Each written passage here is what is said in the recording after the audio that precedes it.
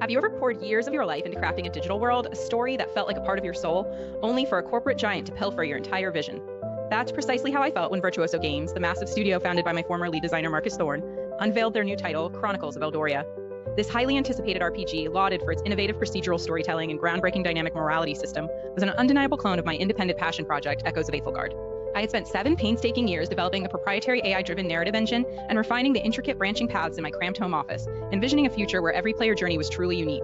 Marcus, after dismissing my early prototypes as too esoteric and lacking market appeal years ago, had simply appropriated my entire framework, rebranding it as his company's revolutionary step in interactive entertainment. But Marcus Thorne didn't know that my cautious nature extended to every line of code and every design document.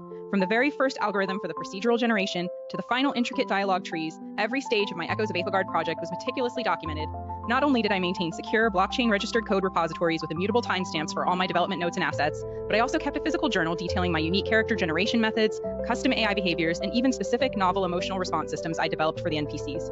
I had also filed provisional patents for several of my core procedural storytelling components and distinctive morality alignment mechanics, long before Marcus Thorne ever saw my early proof-of-concept prototypes.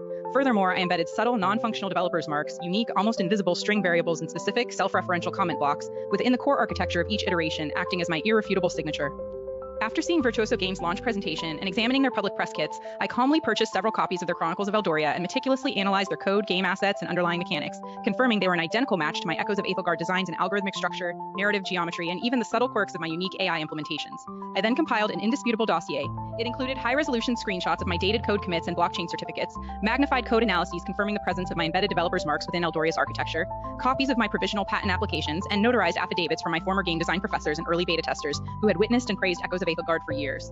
I discreetly forwarded this comprehensive package, accompanied by a precise side-by-side code and design comparison of my system versus theirs, to a renowned game journalism investigative unit known for exposing industry malpractices and a highly respected intellectual property law firm, with a copy to the Independent Game Developers Association. Within a week, the investigative unit published a bombshell expose detailing the undeniable plagiarism and crediting my originality while lambasting Virtuoso Games' unethical practices and Marcus Thorne's corporate greed.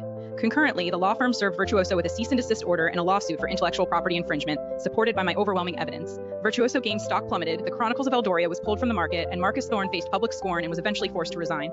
As for me, the expose brought an overwhelming surge of support and new interest to my Echoes of Aethelgard concepts, solidifying my reputation as a true innovator.